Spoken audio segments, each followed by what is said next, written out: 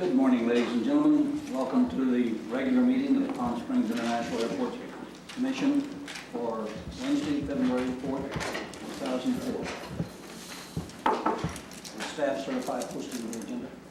Yes, Mr. Chairman, in accordance with your procedures. Thank you. Margaret, we have a roll call, please. Giselle is excused. Callahan. Field is excused. Drysky. Present. Duncan. Here. Elsner. Yes. Reader. Here. Looters. Here. Lovett. Here. Packer. Present. Miller. Sisson. Here. Sherman. Here. Spicer. Here. Bucksbaum. And Tyler. Here. The roll's been called. Thank you. We have a quorum. We're on for the approval of the minutes. Approval. Second it. Moved and seconded.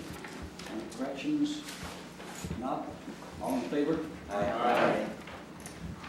We'll move on to public comments. Comments limited to 3 minutes on any subject within the purview of this commission. Seeing no public comments, we'll move on to action items. Item 1, Coachella Valley taxi lease. Yes, Mr. Chairman, members of the commission, good morning. For you is a very extensive lease for the Coachella Valley Taxi Owners Association. We have recently met with the Coachella Valley Taxi Owners Association, which is a new group that has been formulated to basically represent the taxi cab operators throughout the Coachella Valley. They approached us actually showing interest in a space inside the terminal building, which we indicated that we did not have at this time, nor did their purpose fit the use for having an office within the terminal building. However, we indicated to them that we did have a space in the Ground Transportation Center that had been vacant actually since the inception of that facility. The original intent for that facility was to be used by Sunline Transit and the organization of overseeing the taxi cabs, but they never did utilize the facility. The office is vacant. We think that it's a good use. We think that the taxi cab owners will be able to do their business there with the association. You can see that the monthly rental is $281.41 for about 210 square feet, which is based on our city's comprehensive fee schedule.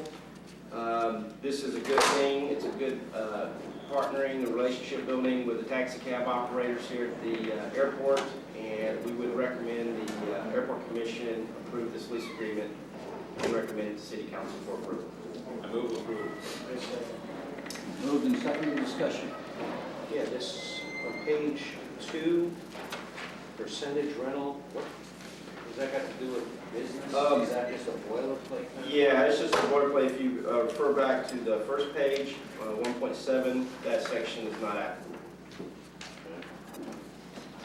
If it was, then they would pay percentage rental. Any other people looking to acquire the spaces that, this is a loosely designed organization? Is there somebody else, is the other Taxi Cab Owners Association that are going to want to try to do the same thing? Or? To my knowledge, this is the only association, and we have not had any other interest shown at this date. Bob? With all due respect to any attorneys that might be present, I think this is a prime example of legalese gone amok. We've got a office that exists in the existing airport building. The office is about half the size of this room.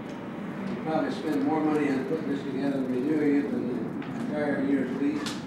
Most of the boilerplate in here is not applicable. Chance to take a standard lease and make it fit, and it doesn't. It'd be much better to run down to the local drugstore and get a walk-up form for a lease. We have one pager. Secondly, having said that, it seems to me in the business-friendly climate that the Palm Springs City Council espouses these days, that instead of trying to earn $3,000 a year, we got to give them the use of that thing for $1 a year contract and walk away from it without all this. everybody's read this from cover to cover. You got references to FAA approval and all sorts of things for heavy insurance. I think it just does not fit.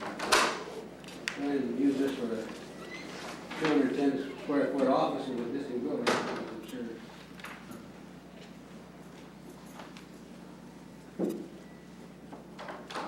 I agree with Bob. I would just like to say for the record, I'm very glad on page 6 that they cannot grow a tree over 5 feet.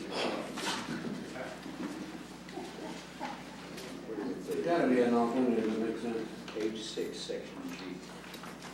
They can't sell drugs, they can't. Has the tenant approved the form of the lease? The city attorney has, yes, and the tenant as well.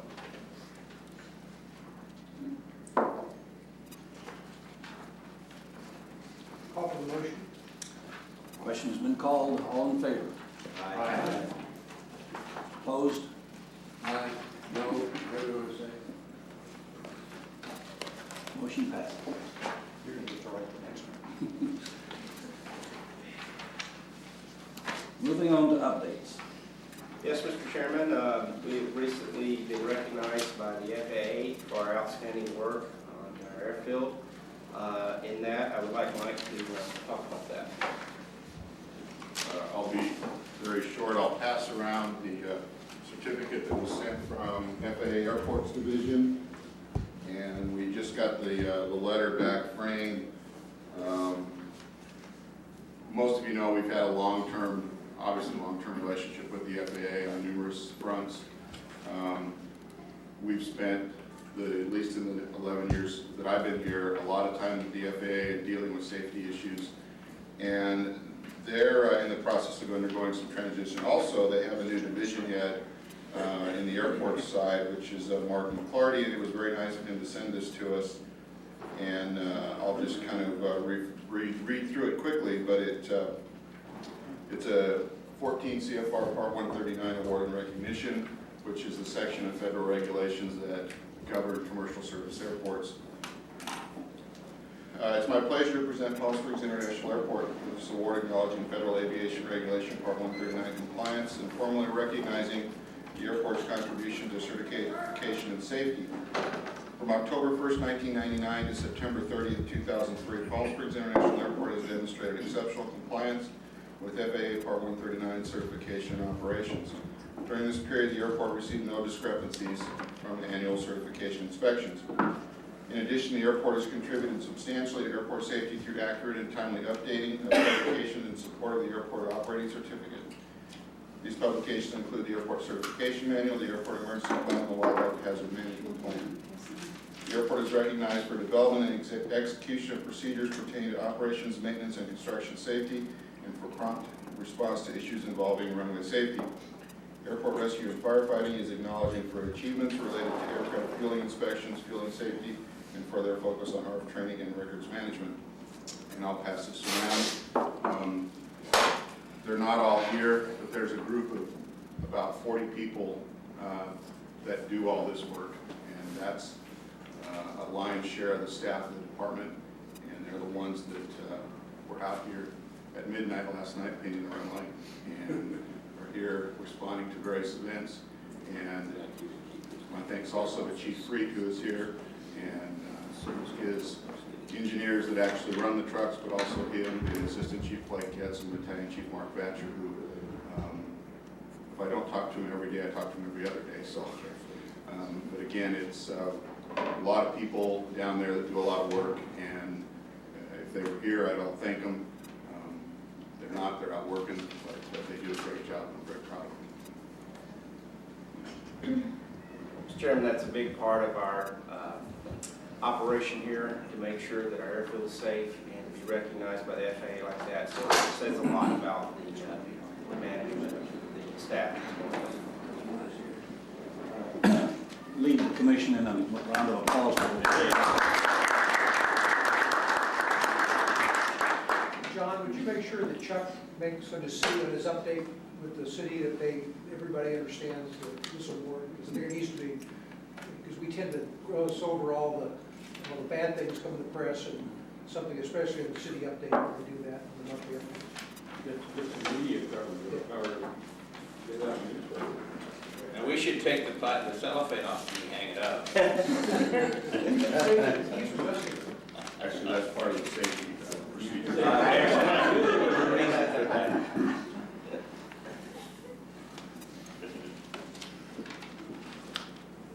Moving on. Mr. Chairman, airport construction, briefly, I'll talk about a couple of projects, then I'll let Mike talk about some of the design work that's going on. We're working on the RSIP program. I believe there are 70 homes now in the last phase of that program. Mike is overseeing that. We're working diligently to try to get the remaining homeowners signed up. Once we get out in the field working, we think that that'll gather more interest and we'll be able to hopefully get everyone involved and basically complete this program. Insulate about 260 homes. We are- Question about that, Barry. In the notes here for the council action, it says upholding the bid protest. There was a protest and it's not clear to me just what happened. There was a protest filed by the second low bidder, and try to encompass the protest related to the naming of a subcontractor on the apparent low bidder's bid sheet. He did not list a low bidder for significant material abatement. And there's some language in the public contract code that allows a general contractor to do a certain percentage of work. But then there's another set of rules with the Air Quality Management District that doesn't allow the contractor to do quite as much work. So in following your legalese this morning, we were kind of stuck between the legalese of two conflicting government accounts. We spent a lot of time with the city attorney and going through it, and it was their recommendation that the safest, most prudent course of action was to uphold the bid protest, so that's why it was awarded to Great West Contractors. There is always a possibility of litigation from the first apparent low bidder, but at this point we have not received any notification. Thank you. What was the size of the contract, approximately? 1.5 million. The other projects are the Signature Flight Support Development and the Bureau of Customs and Border Protection General Aviation Processing Facility that we're working on. We're getting ready to put that out to bid and should be starting construction here pretty soon on that. We're finalizing a lot of things with Signature just to get the ball rolling with them as well. You guys have met Jeff Magnus because you know, of course, know Eric from Millionaire. And we're working with both FBOs actually on a lot of long-term growth plans and development.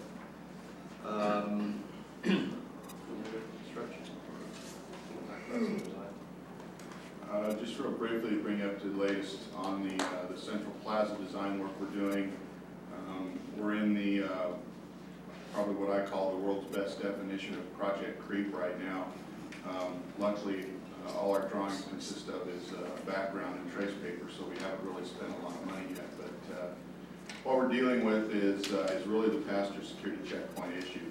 And the growth numbers that the airport's going through, and we're running some projections out there, it's taking up a lot more space. And we're also dealing with funding and budget and constructability, and the question of will the airport ever get an opportunity to do a project like this within, probably a 10-year frame. So it's taking up a lot of space. There's issues related to passenger flow. We've spent a lot of time talking with TSA about just the movement and the process of the passengers to the checkpoint and little bottlenecks we've seen, and we're working with the design team to work through those. So right now we've kind of reached a crossroads where we need some input from the FAA in regards to funding, and we're going to be meeting with them next week, and that will kind of make a decision about which way we go. But we are still working on the front. We're kind of running a dual track thing at the moment. We're doing some work on design out front, and we're dealing with the checkpoint issue and where that can go and all the issues that surround it. So it's become a lot more complicated than we originally thought, but we are moving forward, and hopefully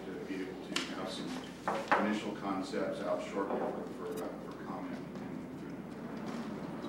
It's a real positive effort behind this in terms of taking a look at this as an overall master plan versus the initial look, as Mike said, it's sort of grown and designed. And in doing that, we're hoping to correct all of the problems that we have out there at one time. However, of course, that is dependent upon FAA funding, and we will keep you updated once we have our meeting with the FAA to let you know exactly where we're headed with it. Airport security, not a whole lot to update there. We're still working on finalizing a lot of the punch list items that are related to the vehicle inspection plaza.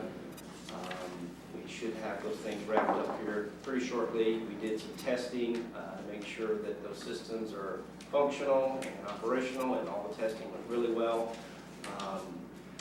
We didn't have any fireworks, unfortunately, like we did at the grand opening, but that's okay. They did work, and glad to report that.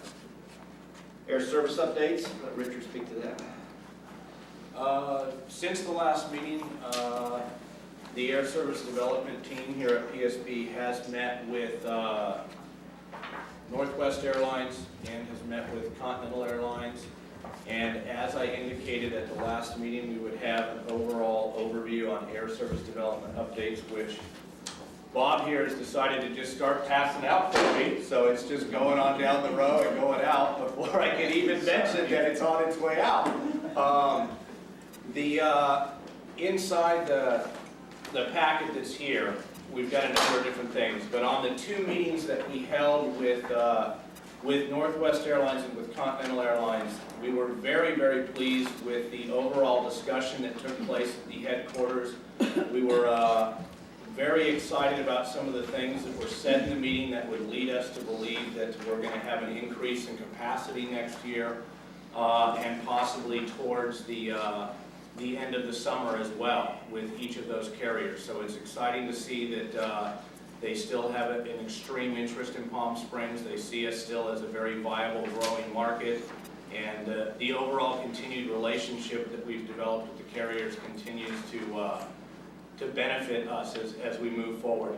In looking at some of what's in this package here, if you skip to 0203 and get past kind of the front of it, which we've all gone over a number of times, I put the front of it in there for some of the newer commissioners that perhaps didn't see that before.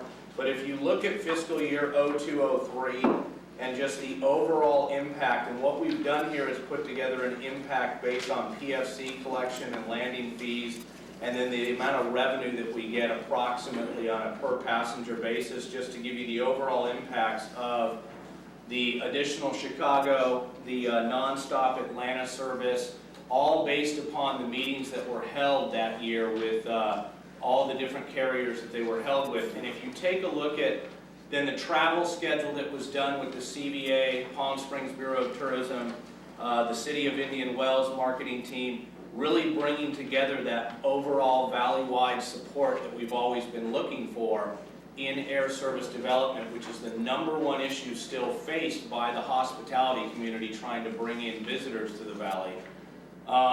We also in that year initiated that speaker program that continues to go on around the valley as well as in Banning and Beaumont.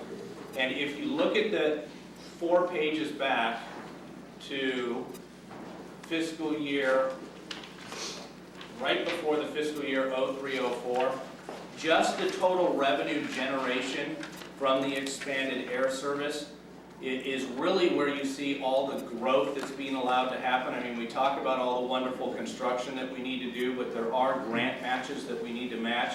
And so far, the revenue generated just in that year was just under $1 million, which is allowing us, of course, to continue to grow and expand and move forward. Fiscal year 03-04 continued with much the same with the meetings and the contacts with the airlines. And if you look at now, what we had there was the impacts of the year-round Houston service. The Delta service expanded in that particular year. You had the Denver service go year-round. You also had the 3rd Chicago flight added. San Jose service was finally expanded. The Salt Lake service finally went to year-round. The total revenue generation just on that year was just under $800,000. The additional seat capacity for 2003 was really what's phenomenal. I myself did not even realize what it was until you add it up, but it was 251,000 new seats in the market, which is just phenomenal that we've been able to do that. And not only have we been able to do that, but we've been able to put people in the seats as well. We just haven't put empty seats into the market. And we've all heard from the monthly air service updates at these meetings. I mean, the overall increase was 12.32%, but we set record months in some of those periods, all-time record highs. We would anticipate that for this year, we will eclipse the all-time highest total of passengers in plane, deplaned here at Palm Springs International Airport. The overall impact, if you turn the page to the new and expanded service at PSP, is a total of $1.8 million off of the landing fees, the PFCs, and the additional passenger revenues. The continued overall work and effort with these carriers is obviously vital to the overall success that we're having here, and we certainly look to continue that. If you turn the page and look at the passenger traffic and how it's rebounded, the 1.2 million passengers used in 2003 was up to 12.5% over 02. That's in large part to a lot of different factors that are going on. You've got the advertising campaign that we ran, as well as the one that's underway now. You've got, in that, all of the television, print, radio, and billboards, which is all meant to go after that leakage that we're having to the various other airports in the area, and trying to get people aware of all this new service that's here. As well as, when you look to the 2004 outlook and what we're looking for, we're looking to eclipse 1.3 million passengers for the first time ever here. We're really looking to have Northwest Airlines in here probably in September, which they've never been in here in September before. We're looking to have Alaska resume the Portland service in September rather than waiting to when they do. So that will be another 7 weeks earlier. And when you start looking at those kinds of things, the big one is that we really believe that Continental Airlines is going to do something with the Newark market in this market. That's going to take some continued meetings with them, but we really believe that we're right on the cusp of having that done. As well as the expected attendance at Jumpstart again for a fourth time to meet with new carriers. That'll be later this year. But we also have something exciting happening in 04, which is an airline out of Canada, which we've been working with for the past, 19 weeks or so. And we're looking to meet with them later this month up in Calgary and sit down with them and have some discussions and see if we can get a Canadian carrier to come back into this market.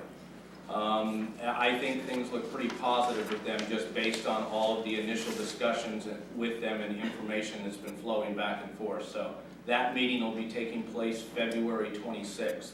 So hopefully we can get something to happen there.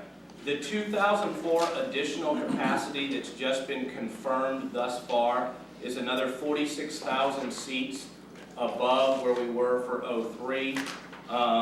For those of you who don't realize it, United Express now serves San Francisco for the first time since August 2001. United Express, of course, has been in here operating to Denver and LAX, but they've decided from an aircraft utilization standpoint to serve the San Francisco hub that they have there. So you now have that option on weekends in order to get up to San Francisco. There will be a fourth Denver flight into our market. That's exciting to see because their loads are way up on the first three, and it's exciting to see that they want to put in that additional service. Horizon,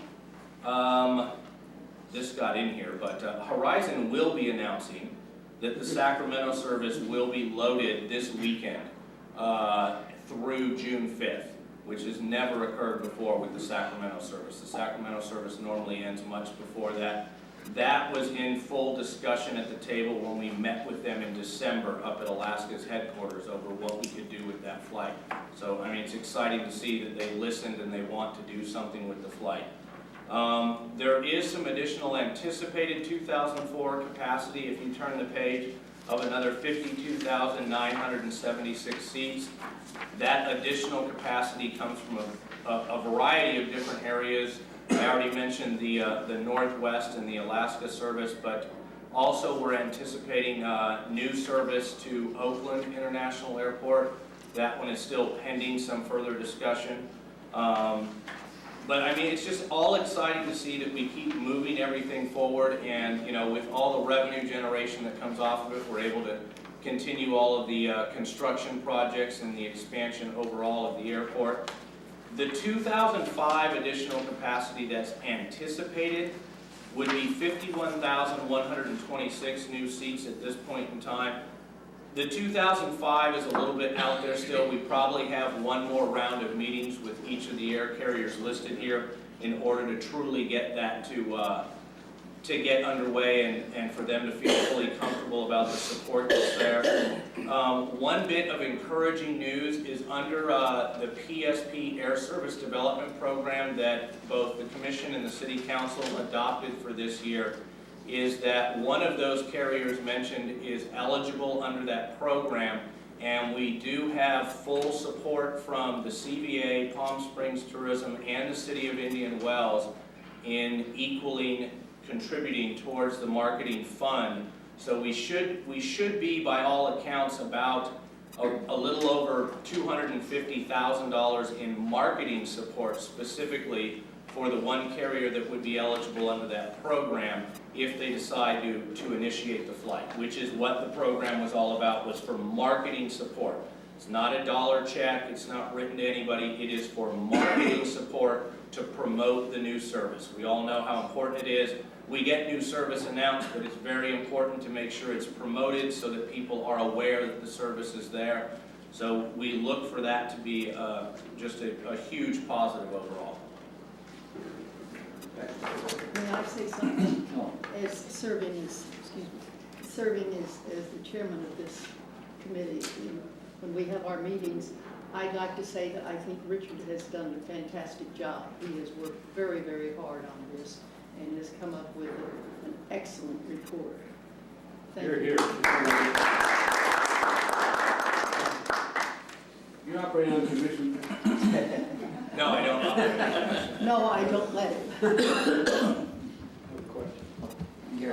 Richard, based on the growth that we've been doing here, have you had any idea about the growth over there at our competitor Ontario? Are they also growing? You got any numbers from there? They're growing when you look at Southwest, but in terms of other carriers, they're not growing. You can no longer fly nonstop to Chicago out of Ontario. That flight's been cut, and a number of other flights have been scaled back. I know they had some growth like out of the Atlanta market with Delta, but that was because Delta basically looked at them and they had leftover aircraft, and so now they're flying in a 767 and a 753 into that market instead of what they were flying there, so they have more seat capacity, but it was not anything that, you know, resulted from any desire to put the additional capacity in. So, I mean, from that standpoint, Ontario serves an entirely different market than we try and serve. We try and be a resort destination, a resort airport. We are rapidly growing growth-wise in La Quinta, in Indio. The growth tends to still be in the East Valley, but that is positive news to the carrier's ears because that is less likely that those people will drive past this airport to choose another airport. Certainly there are those times when the one carrier out there at Ontario has their wonderful little fare specials of $39 and things like that, and if you're so lucky to get one of those tickets, you certainly have that option to choose that. However, that carrier, only serves 60 cities in the U.S. and does not really have a major hub network for which to get you anywhere else in the nation that you'd like to go of the other 400 airports that there are. So it is limited in what you take out of the Ontario market.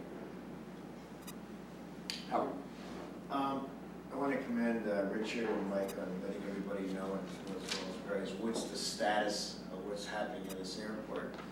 I'm involved in the hospitality industry, and touch wood, we're all doing well. All the cities from La Quinta, Ranch Mirage, Palm Desert, all the hotels are doing well with all the conferences. The people in the transportation are working very, very hard, as well as everybody at this airport.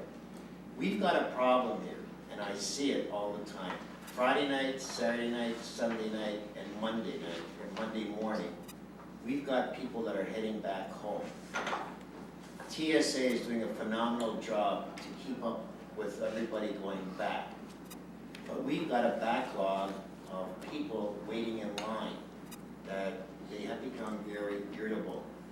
I get told this all the time when somebody says, well, why do you have to pick me up at 4 o'clock in the morning to go out on a Chicago flight? And I said, well, this is why we have to, because of X amount of flights.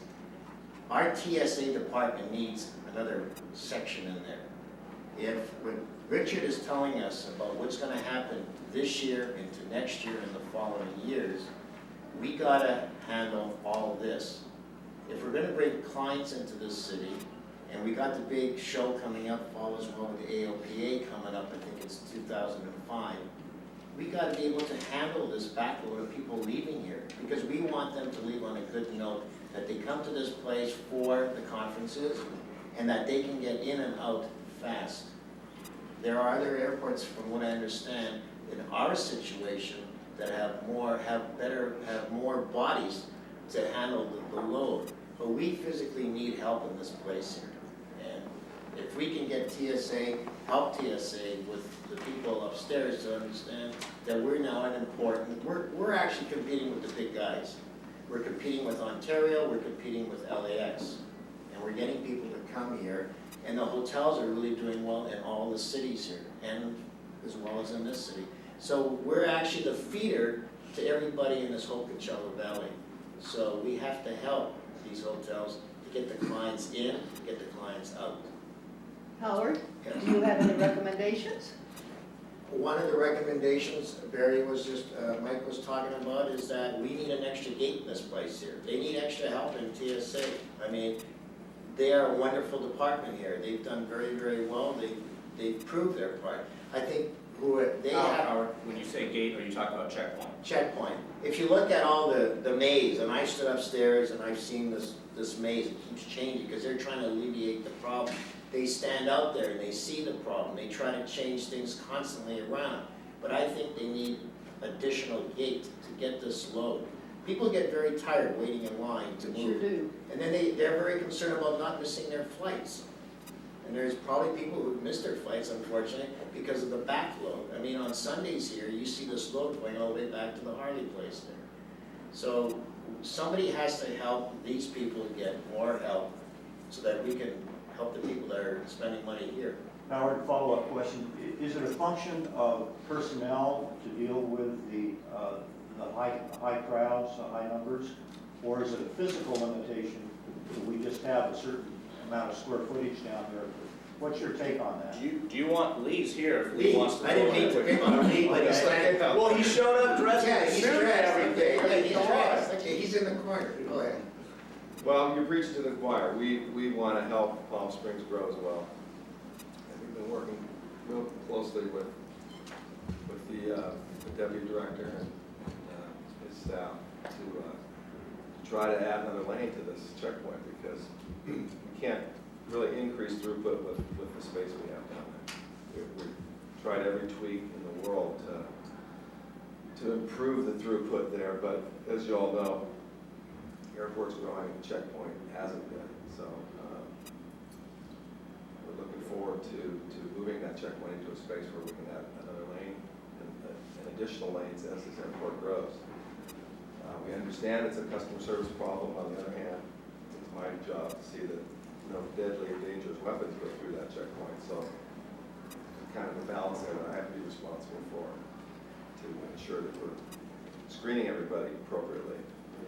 So what we have down there, right, is a situation where we're trying to squeeze as many people through as we can, but on the other hand, I and everyone else is trying to ensure that nothing gets through the checkpoint that should. So. And just a quick comment to follow up, Lee, is Barry and Mike have done an excellent job on something you all haven't seen yet, and hopefully you'll see soon, on coming up with a design concept for expanding that checkpoint. That'll probably be forthcoming soon, but I think Barry and Mike deserve a lot of credit for coming up with the design that they've come up with and the vision, and they're just trying to work through some of the final phases of it before it comes forward. Do I understand correctly then that from what your remarks, and thank you for that response, there's a certain amount of time per passenger to scrutinize for the security process. So you can't speed that process up or take every other person, for example, because you have a responsibility for the security. So therefore, the conclusion is, it seems to me, and you touched on it, is another gate to add that additional capacity. And I'm hearing that there is a plan underway. So it sounds like there's agreement on the problem, Yes, sir. and there's a plan underway to address that, and we'll be seeing that in due course. That's correct. Are you profiling, I mean, a million-mile flyer who got a round-trip ticket shouldn't, it seems to me, in spite of the political correct crazies out there, be given as much scrutiny as the Middle Eastern one-way pay cash passenger. But it seems to me, my observation is that everybody gets the same treatment, whether it's a 2-year-old or a 90-year-old. And I don't want to comment on government bureaucracy, but practically there ought to be, and maybe you're doing it. I keep reading it's going to happen, but I haven't observed it yet. Well, the new CAPS 2 system, which we're all waiting for, will help reduce the number of selectees that we screen at the checkpoint. The numbers they're talking about are going down from 14 to 4 or 5%. So that'd be a significant decrease, and we get a little more common sense screening at the checkpoints. Can I just add, there was a nasty letter, I don't know, it was Press Enterprise or the Desert Sun about a week, less than a week ago, about the delays. I mean, that kind of bad publicity can do more harm to, it can counter what Richard is trying to do and the staff, because people read that and say, oh my God, it's a zoo there. And they were talking about the congestion. And I don't know how we can eliminate people from writing irate letters except to not give them any cause, and that's our total goal. But it's unfortunate when letters like that appear because there's no way to refute them. Excuse me, generally the congestion happens when all the airlines want to leave at once. Why? Is there any flexibility with scheduling the airlines? Well, there is a little bit of flexibility when our operating restriction goes away when we do our new airport use and lease agreement. So there may be some spread there that may help that some. But what's really going to help that is the overall master plan design that's being looked at, along with our support of the TSA to try to help them in whatever fashion we can to get more manpower. And by doing this new design, they have the ammunition that they need to go to Washington and say, you know, we do have this problem. At times we are a category 1 type airport, and we need more manpower. And they're working diligently on that, on Tom and Lee are, and we are supporting that in every way we can to try to alleviate that. And as you said, you know, generally it's between Friday and Monday when we have a problem. So they're working on that. They've already actually made some additional changes to the checkpoint. We're looking at some other minor possible changes that would help with the selectee process to get us through this year and a portion of next year until we can start the construction. Just to tag to Richard's excellent report, there was an article in the LA Times, I think within the last week, maybe you saw it, speaking about all of the airports in Southern California and their passengers that were going there. LA International has lost market share. It's down to, I think, 71%. And of course, John Wayne, I think, is number 2 in travel. Long Beach has really picked up. Who's the air carrier? JetBlue. JetBlue. Ontario is kind of flat, as I recall, the growth rate. And then they talked about Palm Springs as well as growing. So it was, if you saw that article, it was quite comprehensive. And SFO is down too. Yeah. I mean, it is just Southern California that Yeah, Maybe a follow-up question. I'm chair of the General Aviation Committee, and I haven't spoken to these gentlemen for a while, and we're talking about growth of this airport and commercial aviation. And I'm just wondering if either or both just might give us a rough idea. Are you seeing any increase in say, the activities in your respective FBOs? Are things picking up? I don't, we don't want to know your numbers, but just as a generalization, is there anything you could say or care to say?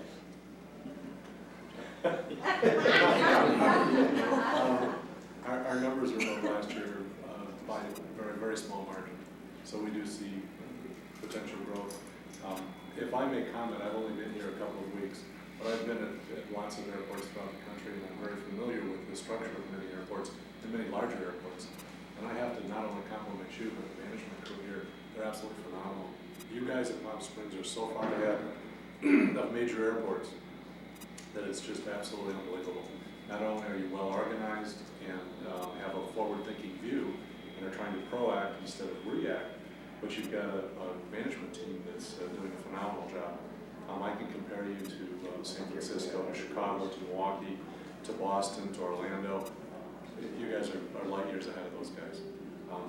You think, yeah, very much. If you think your issues with TSA are big, they're nothing compared to those guys. Absolutely nothing. And you've got a TSA guy who's here and willing to work with you. In many of those locations, they're very unwilling to work. So you're very, very fortunate. We're also very fortunate to have two fixed-base operators that want to promote the area, want to provide good service. It's actually quite big. There's only one area that I would recommend that you look at and that you focus on, and that's your tower. Pretty soon you're going to lose a TRACON. When that happens, you may lose federal funding, and your tower really needs to be replaced and possibly moved.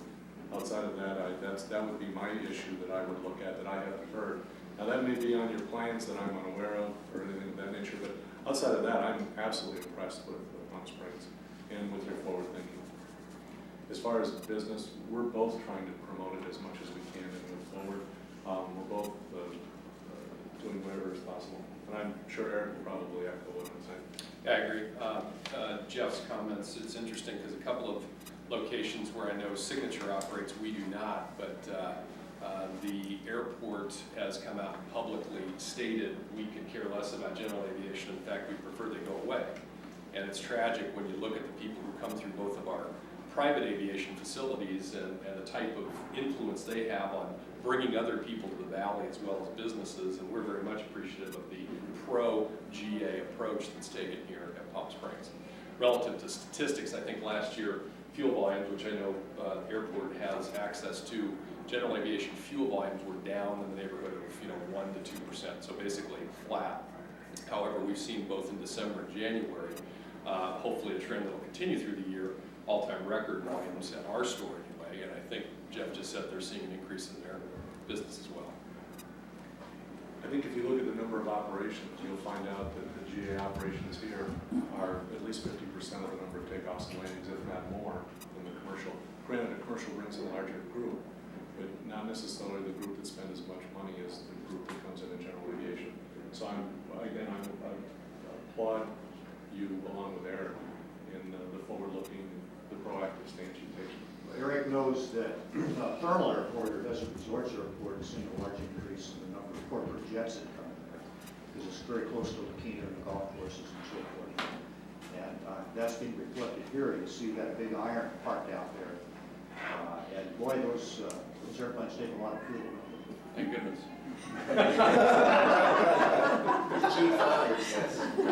Yeah, I was just going to mention the so-called leakage down valley there, that you're experiencing growth down there. Should we be concerned with that? We're losing business to Thermal. Eric's got interest in both places. I know he does. Yeah.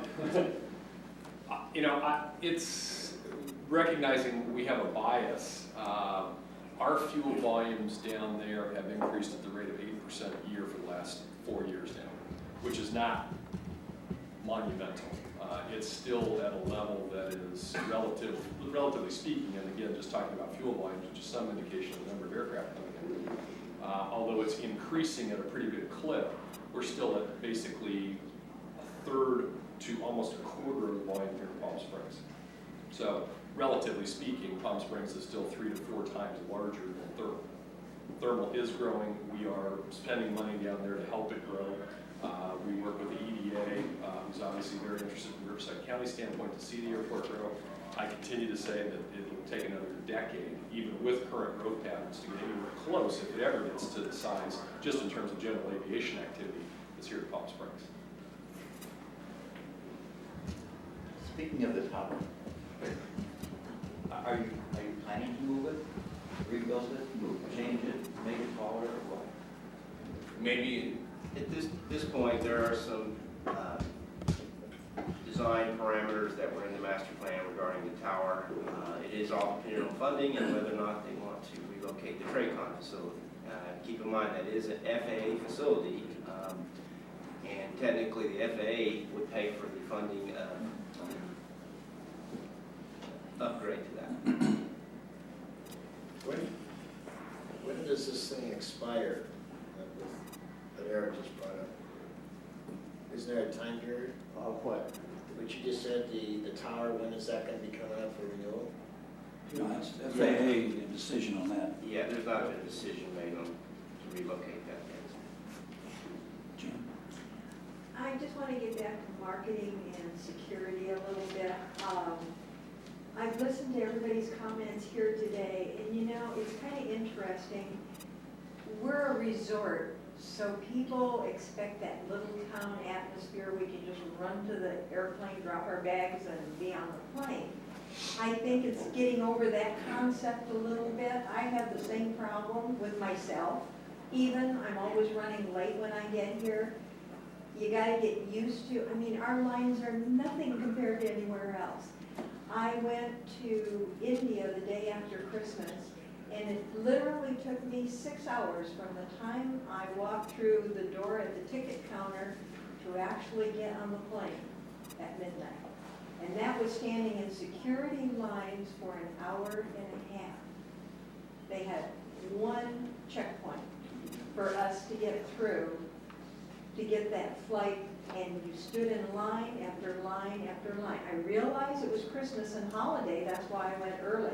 And I'm glad I did, or I would have been a nervous wreck trying to get on that plane. But anyway, the marketing concept here is back to the same thing. We're a resort, they expect a small airport. And I realize it is a frustration and a problem that we have to continue to work, because it's a perceived, well, in Palm Springs, you know, you gotta stand in line forever and ever and watch your watch.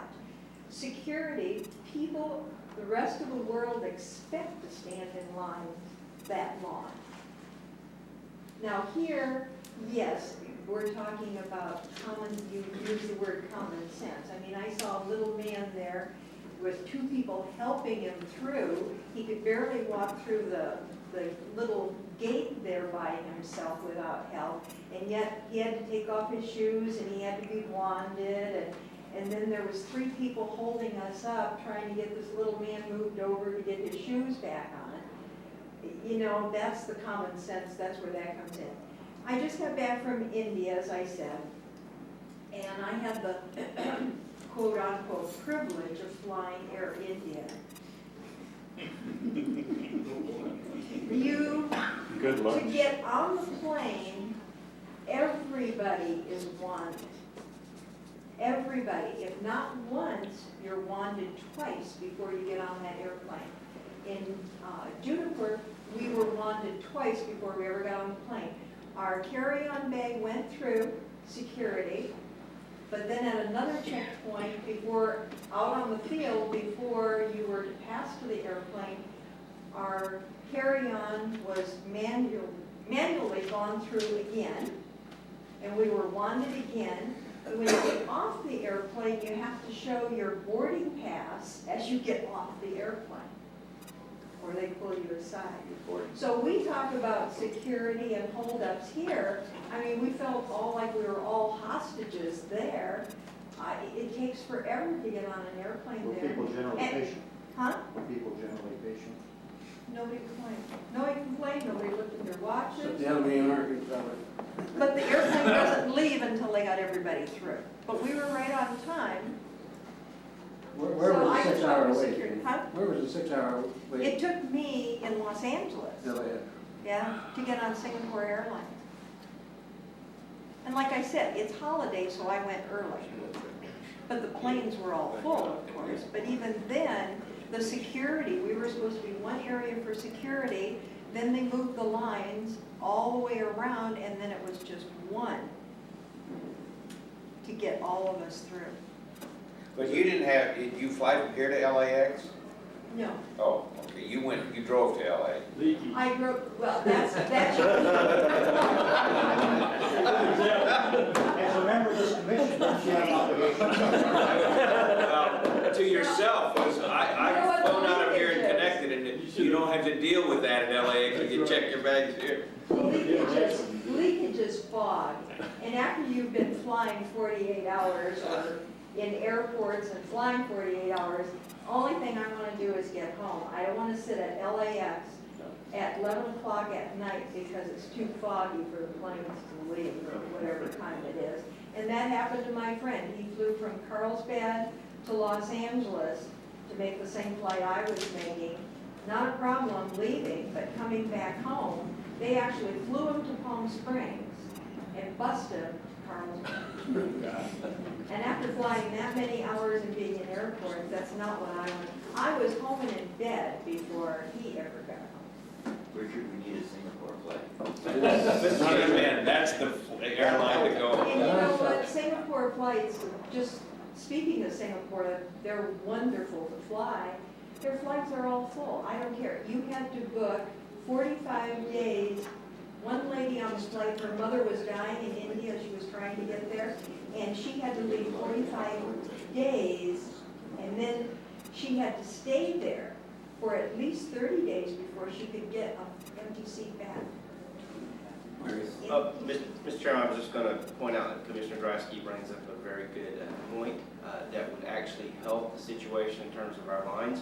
If we could just remind the traveling public that while we are close and convenient, they still need to try to get here an hour and a half to 2 hours early.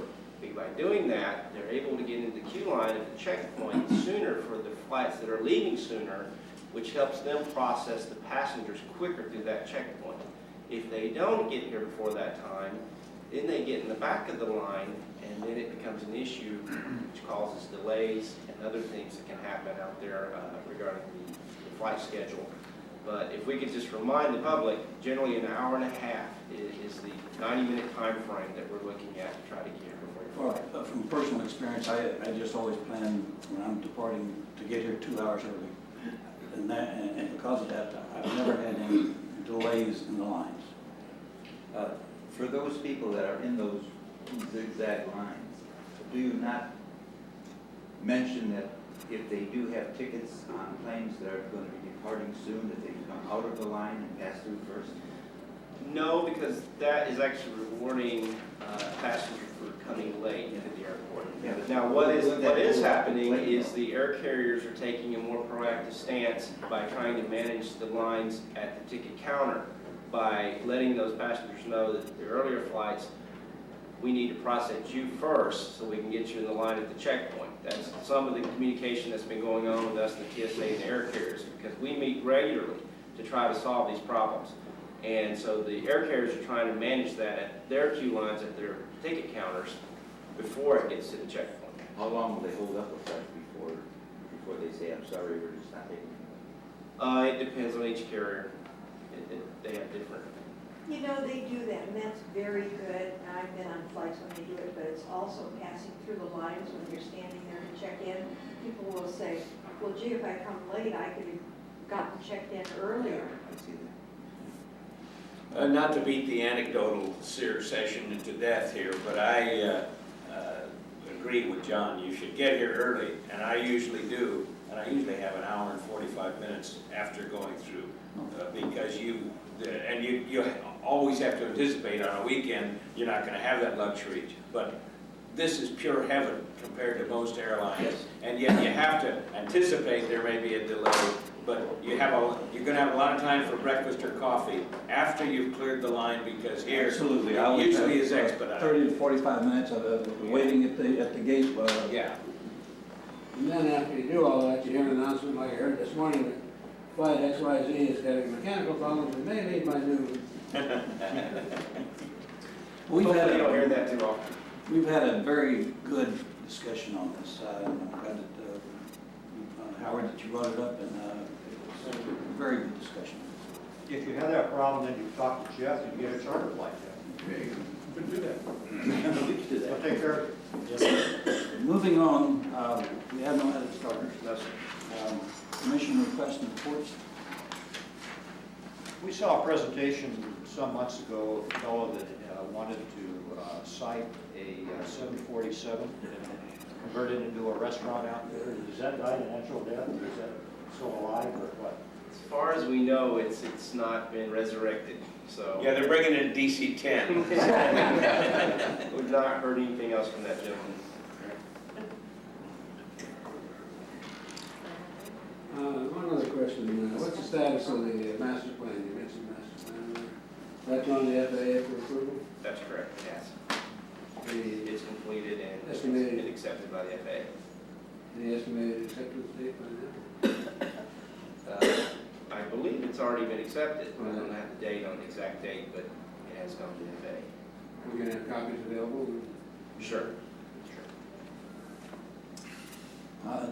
Just as a heads up, the Air Museum has determined through their board of directors that their number one priority is it's absolutely chock-a-block. We're filled capacity and beyond that, and and the Air Museum is losing attendance because of the lack of parking over there every weekend. So there will be correspondence coming through within this next month to try to state our problems and look at acquiring some additional land to construct more structures and more parking. So that's just a heads up. It should be coming up. That's another hangar in addition to some parking, as I understand it. They're gonna want, they just received a C-47 that they're gonna want a hangar.